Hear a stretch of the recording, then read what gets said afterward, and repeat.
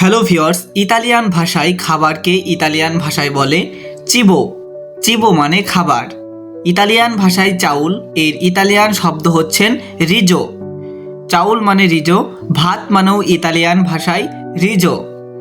ডাল, ডাল এর ইতালিয়ান ভাষা হবে লেগুমি। লেগুমি মানে ডাল।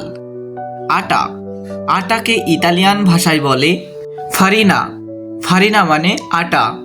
বাংলা ভাষায় ময়দাকেও ইতালিয়ান ভাষায় ওই ফারিনাই বলে। আটা আর ময়দা একই রকম। ফারিনা, ফারিনা মানে আটা, ফারিনা মানে ময়দা। মরিচ, মরিচ এর ইতালিয়ান ভাষা পেপে। পেপে মানে মরিচ। আলু এর ইতালিয়ান ভাষা পাতাতা। পাতাতা মানে আলু। আদা এর ইতালিয়ান শব্দ হবে জেনজেরো।